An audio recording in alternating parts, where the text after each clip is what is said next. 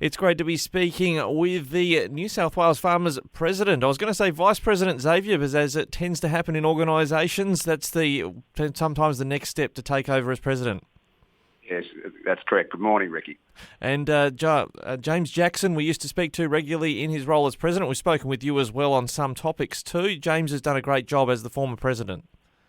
Oh, he certainly has. He's to paraphrase one of his euphemisms, he likes to move the dial, and in his term, he took on 10 or 20 big issues, everything from property taxes and the koala SEP, biosecurity funding, animal welfare panels, the big list of efforts, and the membership, the delegates at conference were very appreciative of his effort through a very difficult time. His term started in drought, proceeded through flood, fire, and plague, and now we're right in the midst of quite a biosecurity effort at the moment on a range of fronts.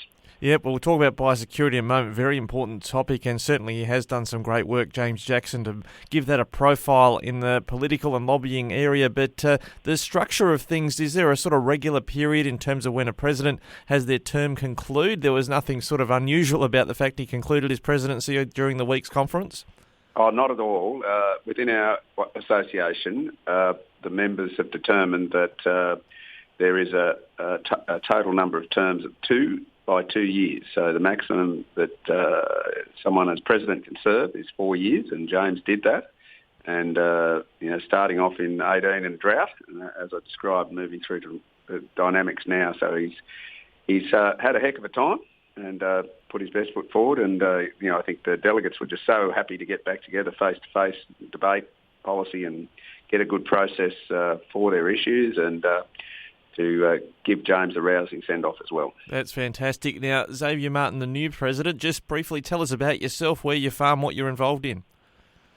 Oh, look, my wife and I and son farm between Gunnedah and Coonabarabran, and almost all cropping, mainly growing durum wheat and mung beans as a summer crop, probably be the main things we grow, but we grow a range of things. And look, I've been around the organisation, around this association for quite a while. Grew up in northern Victoria, so on a mixed farm, so I've got a broad awareness of agriculture, what it does to sustain the community, the nation, its economic effort.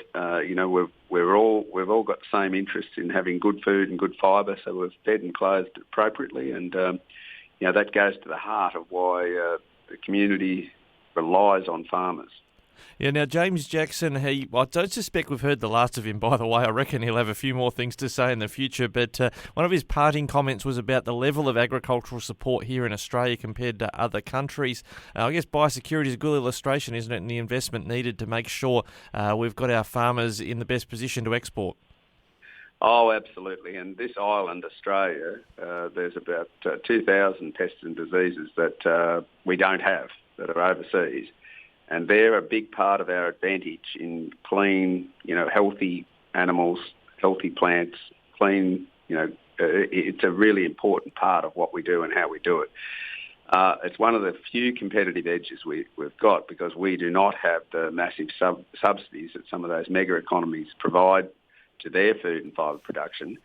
So, in this part of the world, we've often got both hands tied behind our back in terms of a corrupt supply chain, very, very costly one that in terms of earning the income that, helps our state, helps our nation. It's not just our farms recover from the malaise we've been through with COVID and all the plagues and pestilence. And to be facing this biosecurity risk now, it's a real wake-up call to everyone and just how important it is that we shouldn't take the food and clothing we need for granted. Yeah, we'll talk about that, particularly the foot and mouth concern, but there are others at the moment. We're speaking to the Minister Dougal Saunders a bit later, but you're looking for an advocate in the form of the Agriculture Commissioner in your corner as well, or in the corner of farmers, to advocate. This is at a state level. It's where's the model based on, or what is the concept here of having an Ag Commissioner?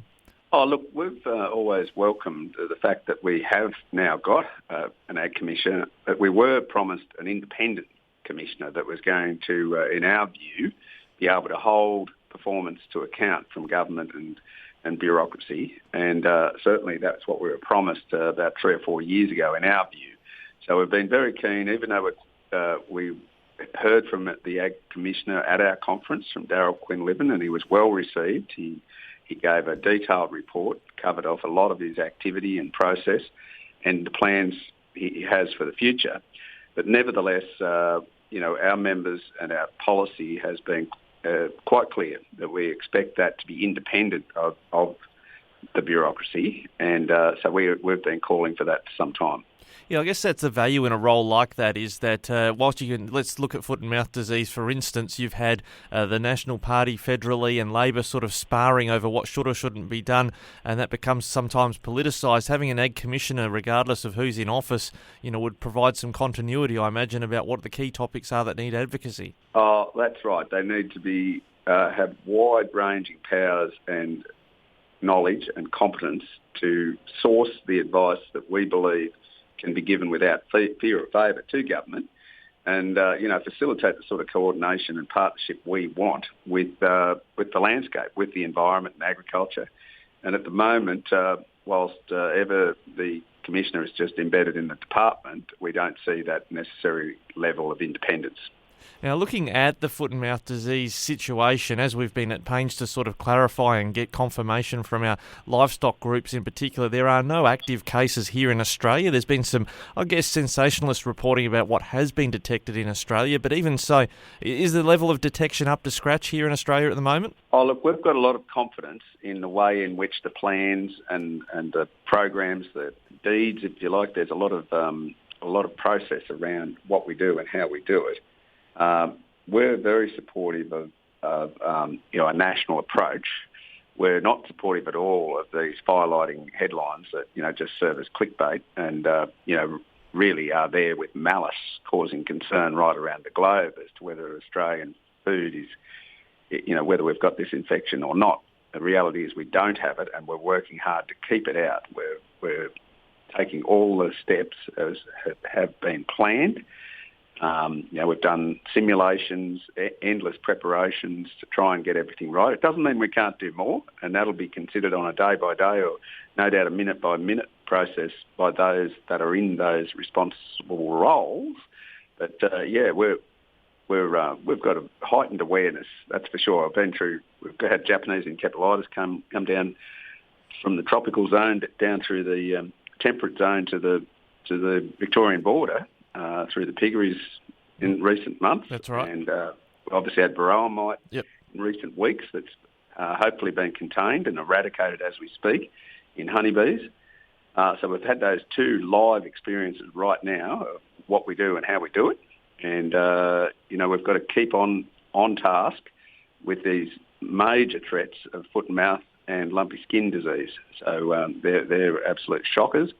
And, all of us, whether it's as individuals travelling overseas and returning, or any of the goods and services that come in potentially that, the different purchases of different equipments and foods and clothing and vehicles. And, we've got to make sure all that import risk is managed to a best possible standard. It must not be a risk that's unmanageable. It's got to be able to be managed. It needs to be well resourced as well. I think we've spoken with various advocates about the recurrent funding model for biosecurity federally.